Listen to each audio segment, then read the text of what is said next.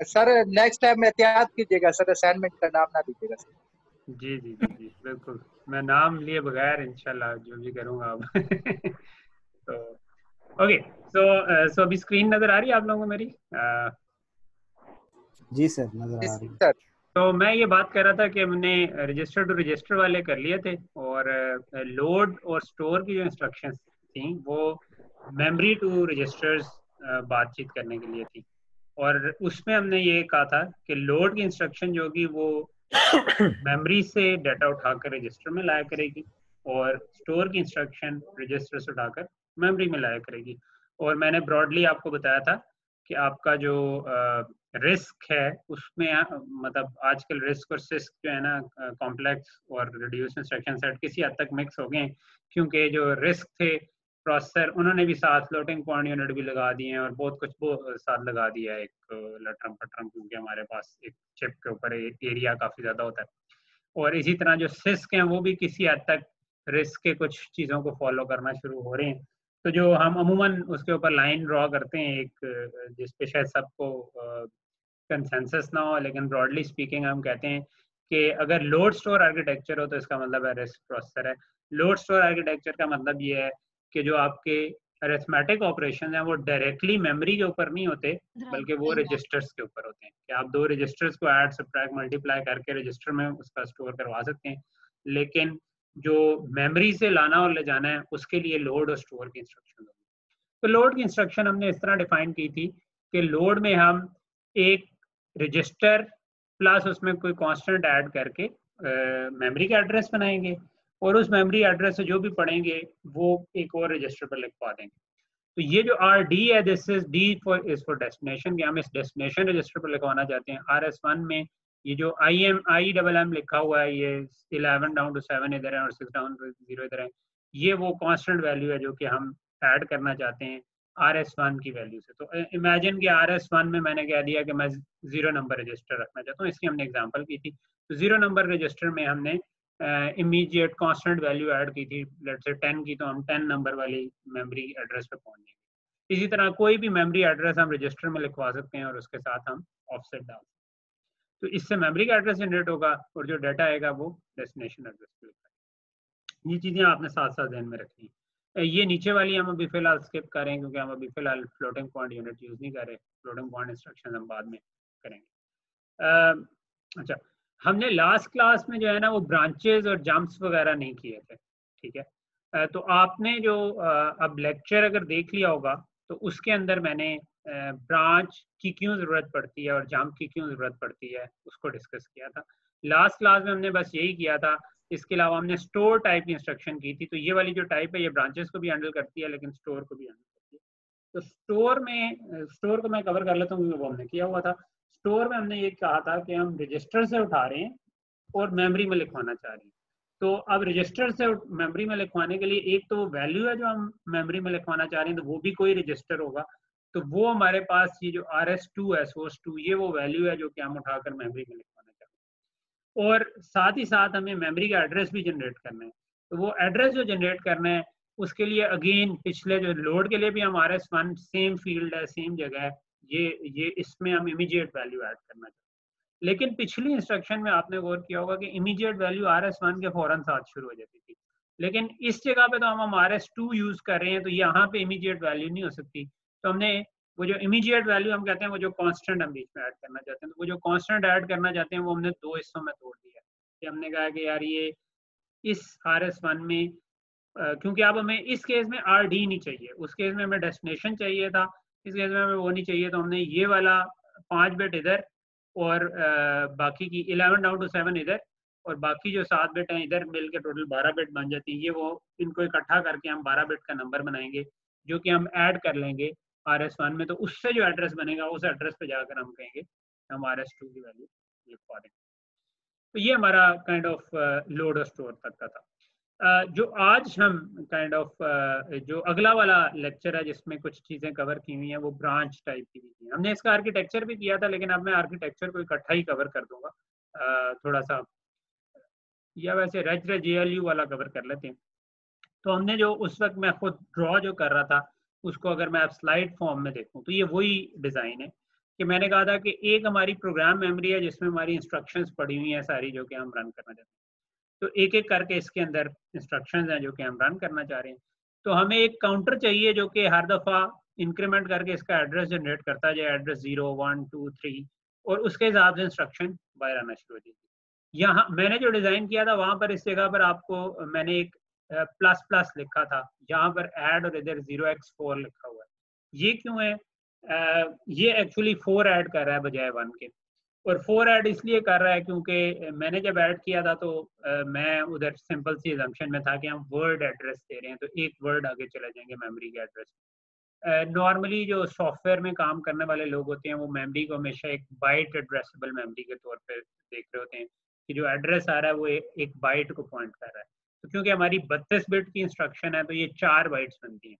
तो अगर हमने सेकंड वर्ड पे जाना है तो अगर बाइट एड्रेस चल रहा हो तो हम उसमें 1 के बजाय 4 ऐड करेंगे। तो ये इसलिए इधर 4 किया हुआ है, ठीक है। तो ये इसमें कोई कम्प्लेक्सिटी नहीं है, ये सिंपल यही चीज़ है कि आपका अगर इधर वर्ड एड्रेस आ रहा हो तो 1 ऐड कर लें, अगर इधर बाइट एड्रेस आप इनपुट पे दे रहे हैं तो आप इसको 4 ऐड कर लें। दोनों का मतलब यही है कि आप 32 बिट आगे जाना चाहते हैं। तो हम करना ये चाह रहे हैं कि जो सिंपल ALU सबसे पहली टाइप की जो इंस्ट्रक्शन थी जिसमें 2 रजिस्टर्स को हमने रीड करना था, फिर कोई ऑपरेशन करना था जो कि इधर हमारे ऑप कोड या फंक्शन से पता चल रहा होगा, उसके हिसाब से जो भी ऑपरेशन होगा उसका रिजल्ट हम डेस्टिनेशन में लिखवाना चाहते हैं।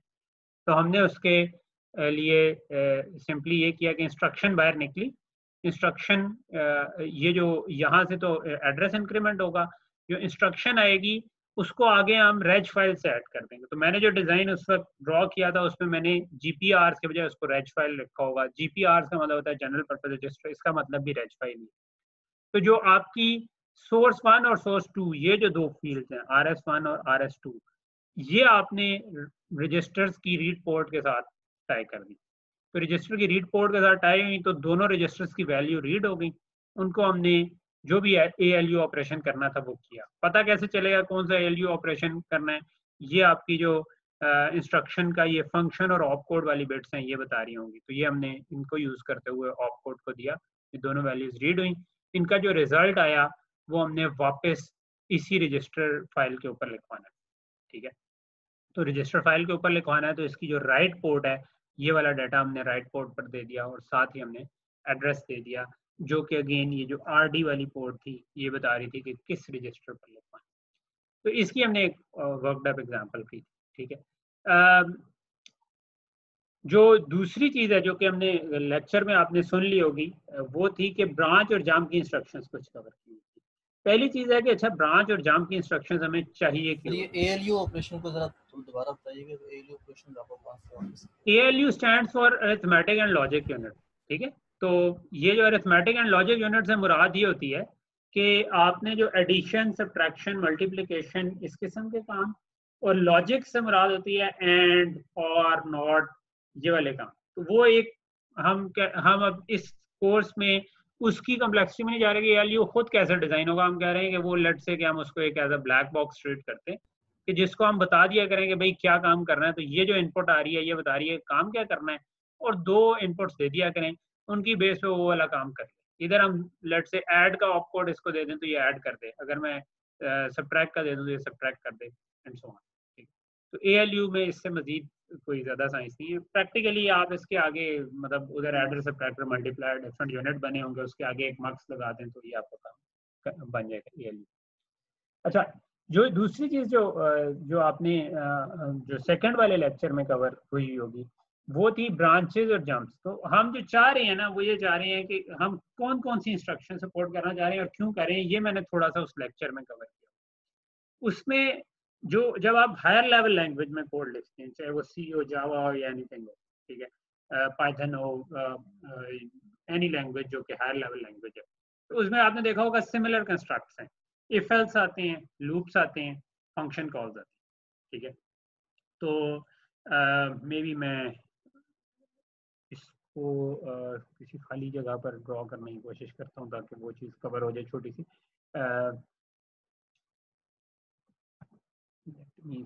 कि मैं ओके मैं ड्रॉ करके देखता हूँ इस पर ड्रॉ मैं कर पा रहा हूँ कि नहीं कर पा रहा हूँ, ज़बरदस्त। ओके सो फॉर एग्जांपल आपकी हायर लेवल लैंग्वेज में आप इफ एल्स यूज करते हैं, ठीक है। तो इफ स्टेटमेंट होती है और फिर आप कोई कोड यूज करते हैं और फिर एल्स स्टेटमेंट होती है और फिर हम कोई कोड यूज करते हैं, राइट। इधर कोई कंडीशन चल रही होती है, ठीक है। अगर ये कंडीशन ट्रू हो तो हम ये कोड यूज करेंगे, अगर एल्स ना लगाओ तो सिंपली हम आगे चले जाएंगे, अगर एल्स लगाओ तो हम एल्स वाला काम करेंगे पहले, ठीक है। तो यहाँ पर कोई कंडीशन है जो कि ट्रू या फॉल्स हो, पर कंडीशन क्या होती है, कोई A equal to B, A less than B, A greater than B, कुछ इस किस्म की कंडीशंस होती हैं, ठीक है। तो you all know about it, if else तकरीबन इस तरह काम करता है। तो जो ऐसी इंस्ट्रक्शंस, इसको सपोर्ट करने के लिए अगर मैं देखूं तो मुझे इधर एक चेक चाहिए कि अगर ये चेक ट्रू हो तो मैं ये रन करूं, अगर ये फॉल्स हो तो मैं डायरेक्टली अगली इंस्ट्रक्शन ना रन करूं बल्कि जंप करके नीचे एल्स पे आ, ठीक है। तो इसको सपोर्ट करने के लिए प्रोसेसर के अंदर ब्रांच इंस्ट्रक्शन, ठीक है। तो branch equal, branch not equal, इस किस्म के मल्टीपल इंस्ट्रक्शंस होती हैं। नॉर्मली हम ब्रांच इंस्ट्रक्शंस में दो रजिस्टर्स को या दो वैल्यूज को, जिस तरह इधर ए और बी हैं, इनको हम कंपेयर करते हैं कि ये इक्वल है, लेस देन है, ग्रेटर देन है, क्या चीज़ है। उसकी बेस पे अगर वो इक्वल है तो हम ब्रांच करेंगे, अगर नहीं है तो नहीं करेंगे। तो ब्रांच की इंस्ट्रक्शन का फॉर्मेट कुछ इस किस्म का होता है कि आप कोई कंडीशन दे देते हैं जो कि बी ई क्यू है, फॉर एग्जाम्पल इसका अंदर branch equal, B N Q है, इसका अंदर ब्रांच नॉट इक्वल, ठीक है। या कोई भी नाम दे सकते हैं क्योंकि हम खुद डिज़ाइन कर रहे हैं तो हम ही इसके मास्टर हैं, जो मर्जी डिज़ाइन कर लें, ठीक है। तो नॉर्मली आप कंपैरेटर्स ऐसे लगाते हैं जो कि दो रजिस्टर्स को रीड करें, उनको कंपेयर करें, उसका जो रिजल्ट आए उसकी बेस पे अगर वो ट्रू आए तो आप ब्रांच करके इधर चले जाएंगे, अगर वो फॉल्स आए तो आप उसी तरह चलते हैं। तो इससे किस चीज़ में चेंज आएगी?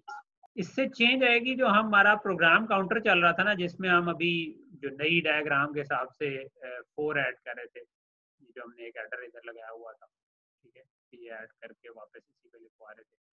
अब नॉर्मली जब 4 ऐड करें इसका मतलब है कि मैं अगली इंस्ट्रक्शन पे जा रहा हूँ, लेकिन जिस वक्त ब्रांच की इंस्ट्रक्शन आएगी इसका मतलब है कि अब आप अगली इंस्ट्रक्शन पे नहीं जाना चाहते बल्कि जंप करके किसी और जगह जाना। तो इसके लिए हमने वो ब्रांच की इंस्ट्रक्शंस की हुई है कि अगर ये वाली कंडीशन ट्रू या फॉल्स हुई तो ट्रू हुई तो हम ब्रांच कर देंगे, अगर फॉल्स हुई तो हम नॉर्मल चलते हैं। तो ब्रांच की इंस्ट्रक्शन ये काम करती है। तो I will quickly go back और अब मैं आपको इंस्ट्रक्शन समझाने की कोशिश करता हूँ कि 31 स्लाइड पे था मैं। ओके, सो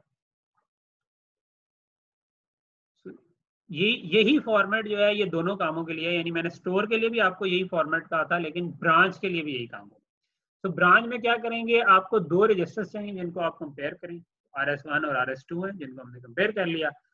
वो कंपेयर किस किस्म का कंपैरिजन है, इक्वल है, नॉट इक्वल है, क्या चीज़ है, वो आपको ऑप कोड और फंक्शन की बिट्स बताएंगे कि वो ऑप कोड ब्रांच इक्वल का है, नॉट इक्वल का है, किस चीज़ का है, उसके हिसाब से आप डिसाइड करें। और उसके हिसाब से अगर उनका कंपैरिजन ट्रू या ट्रू हुआ तो आपने ब्रांच करनी है, ठीक है। तो मैंने कहा कि लेट्स से कि ये दोनों अगर इक्वल हैं, इसी के ऊपर अगर लिखना चाहूँ तो मैं ये कहता हूँ कि अगर RS1 is equal to RS2, ठीक है, तो मैं ये चेक करना चाहता हूँ अगर ये हो तो ब्रांच हो।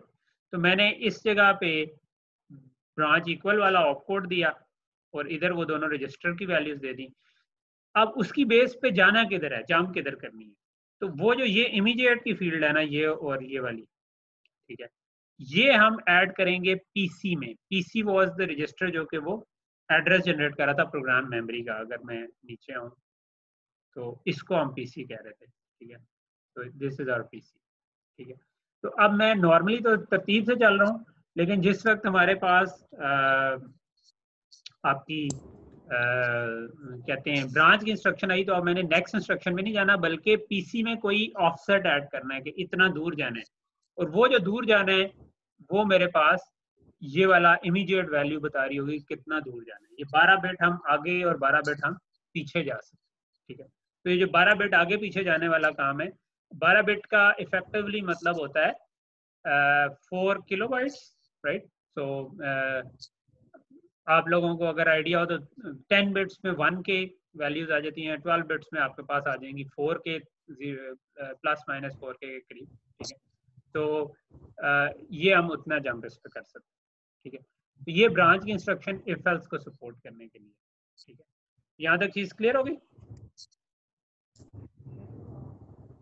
कि नहीं हुई? यस सर, आवाज में डिस्टॉर्शन आ रही है, क्लियर नहीं आ रही। सिर्फ आपको आ रही है या औरों को भी आ रही है? सर मुझे आ रही है, कट कट के आ रही है आवाज। कोई और बताएगा कि आप लोगों को आ रही है? जी जी सर हमें क्लियर आ रही है। अच्छा, अगर किसी एक को आ रही है तो इसका मतलब है कि जो आप फिर ना आपका नेट कनेक्शन में थोड़ा फॉल्टी होगा, तो उसको मैं इसकी रिकॉर्डिंग भी शेयर कर दूंगा, ठीक है। तो जो रिकॉर्डिंग शेयर कर दूंगा तो फिर आप इसको दोबारा देख लीजिएगा। अच्छा, इसी में एक तो हमने ये जंप की ब्रांच की बेस पे, ठीक है।